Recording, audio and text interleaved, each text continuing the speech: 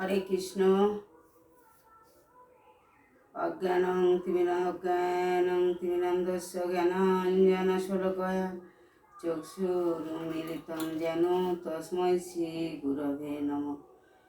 মুখং করোতি বাচালং পঙ্গুঃ লঙ্ঘয়তে গিরিযৎকৃপাতমহং বন্দে শ্রীগুরুদীনতারিণে তারিণে বাঞ্ছা কল্পতরুশ্চ কৃপা সিন্ধুভ্যেব চ পতিতানাং পাবনেভ্যো বৈষ্ণবেভ্যো নমো নমঃ। হরে কৃষ্ণ। রাধারানী ইউটিউব ধর্মকথা চ্যানেলের পক্ষ থেকে আমি পুতুলি রানী দাসী যে ভাগবত কথা আপনাদের নিত্য শ্রবণ করাই, আপনারা শ্রবণ করুন, সাবস্ক্রাইব করুন। রাধারানী ইউটিউব ধর্মকথা চ্যানেলের পক্ষ থেকে পুতুলি রানী দাসী আপনাদের ভাগবত কথা শ্রবণ করাচ্ছি। ইউটিউবের ভক্তবৃন্দদেরকে বলছি আপনারা সাবস্ক্রাইব করুন, শেয়ার করুন, লাইক করুন, সঙ্গে থাকুন। হরে কৃষ্ণ।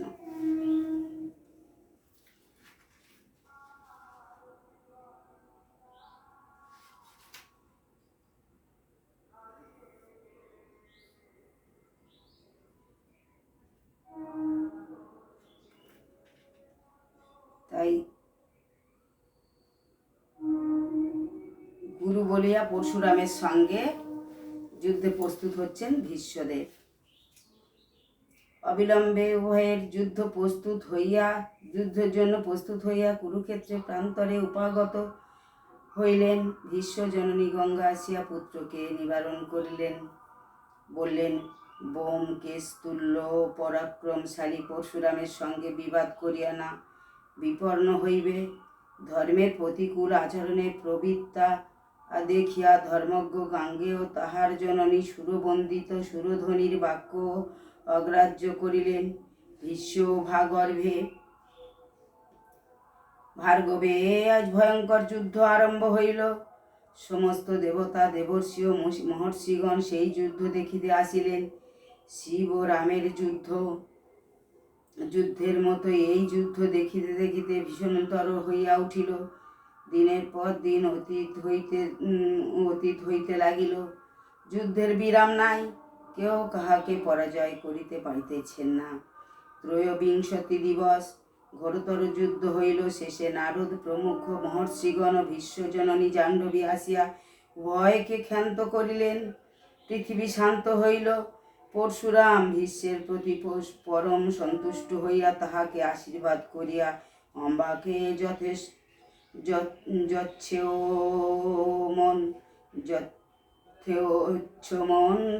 গমন করিতে আদেশ দিয়া স্বস্থানে প্রস্থান করিলেন।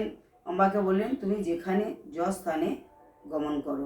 অম্বার অন্তরে এবার ভীষ্মের প্রতি ভয়ানক প্রতিহিংসা প্রবৃত্তি প্রচণ্ড বহ্নিশিখার ন্যায় প্রজ্বলিত হইয়া উঠিল। তিনি প্রতিজ্ঞা করিলেন, যে প্রকারে আমি পারি ভীষ্মকে বধ করিব। কাল বিলম্ব না করিয়া তিনি তৎক্ষণাৎ অরণ্যে গমন এবং কঠোর তপস্যা আরম্ভ করিলেন। তপস্যা তুষ্ট হইয়া শিব তাহাকে বর দিলেন, তুমি দেহান্তের প্রাপ্ত হইয়া ভীষ্মকে বিনাশ করিতে সমর্থ হইবে। তুমি স্ত্রীলোক হইয়াও দৈবক্রমে পুরুষত্ব লাভ করিয়া প্রতিহিংসা চরিতার্থ করিতে পারিবে। তোমার দেহান্তরে পূর্ব স্মৃতি লুপ্ত হইবে না। অল্পদিন পরে সেই অম্বা দ্রুপদ তনয়া শিখণ্ডী রূপে জন্মগ্রহণ করিলেন। রাজা দ্রুপদ এই কন্যাকে পুত্র বলিয়া ঘোষণা করিলেন। পুত্রের মতো সাজাইয়া লালন পালন করিতে লাগিলেন।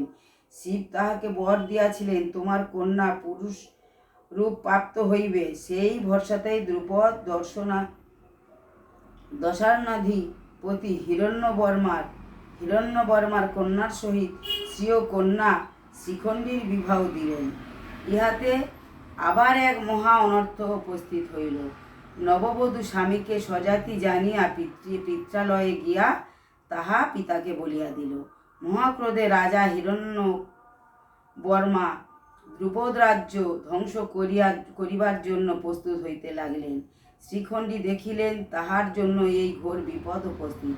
তখন তিনি লজ্জায় ও দুঃখে প্রাণ ত্যাগ করিবার জন্য এক অরণ্যে প্রবেশ করিলেন। দৈবক্রমে তথায় এক ঐশ্বর্যশালী যক্ষ শিখণ্ডীর দুঃখের কথা শুনিয়া দয়াপরবশ হইয়া নির্দিষ্টের সময়ের জন্য তিনি তাহার নিজ পুরুষত্ব দিয়া আপনি তাহার স্ত্রীত্ব গ্রহণ করিলেন।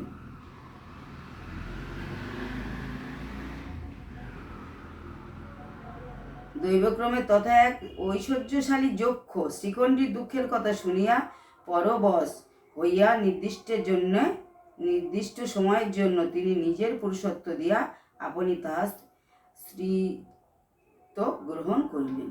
শ্রীখণ্ডী সানন্দে গৃহে প্রত্যাগত হইলেন, তথায় সকল অনর্থ অপগত হইল।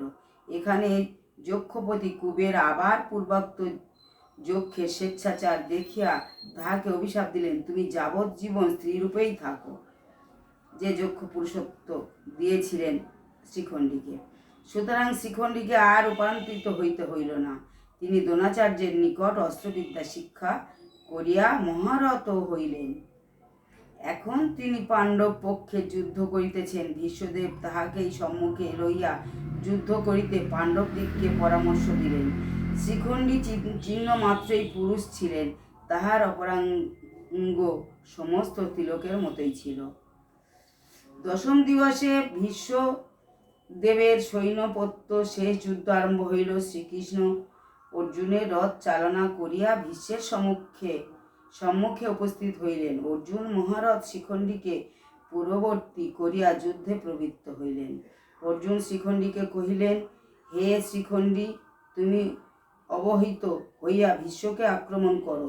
অদ্য তাহাকে সংহার করিতে হইবে। তুমি প্রাণপণ যুদ্ধ করো, তোমার কোনো চিন্তা নাই। আমি দ্রোণ, অশ্বত্থামা, কৃপ, দ্রোণাচার্য, চিত্রসেন, বিকর্ণ, জয়দ্রথ, বিন্দু, অনুবিন্দ, সুদক্ষিণ, ভগদত্ত, মগধরাজ, সৌম্যদত্তি, রাক্ষস, রাজ্যসিংহ, সুশর্মা এবং অন্যান্য মহারথ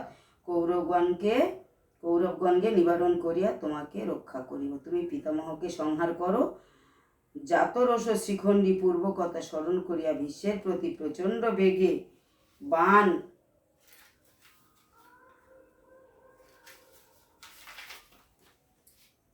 বর্ষণ করিতে লাগলেন। অবচলিত চিত্ত জিতকাম ভীষ্মদেব তাহাকে কহিলেন, শ্রীখণ্ডী, তুমি যাহা ইচ্ছা করো, আমি তোমার প্রতি লক্ষ্যও করিব না।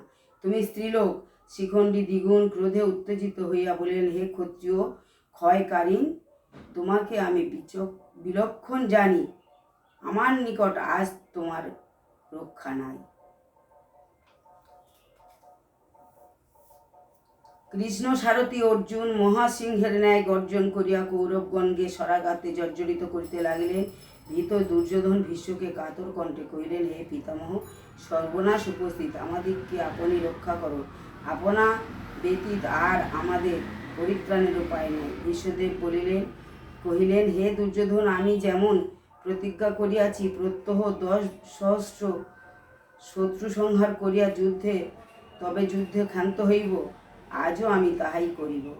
আর এক কথা, আজ আমি হয় আপনি নিহত হইব, না হয় পাণ্ডবগণকে নিধন করিব, ইহা তুমি নিশ্চয় জানিও। হরে কৃষ্ণ। এই পর্যন্ত ভিডিও এখানে, এই ভাগবত পাঠ এখানে রাখলাম। পরবর্তী ভিডিওতে আবার পরবর্তী অংশ শ্রবণ করাবো। ইউটিউবের ভক্তবৃন্দদেরকে বলছি, আপনারা সাবস্ক্রাইব করুন, শেয়ার করুন, লাইক করুন, সঙ্গে থাকুন। হরে কৃষ্ণ। বাঞ্ছা কল্পতরুভ্যশ্চ কৃপা সিন্ধুভ্যেব চ পতিতানাং পাবনেভ্যো বৈষ্ণবেভ্যো নমো নমঃ। নারায়ণ নমস্কৃত্যং নরশ্চৈব নরোত্তমং দেবীং সরস্বতী ব্যাসেন তৎ জয় মুদীরয়েৎ। তমাদিদেবং করুণানিধান তমালবর্ণ শৈশতাবতারাম অপার সংসার সমুদ্র সেতু ভজ মহে ভাগবত স্বরূপম।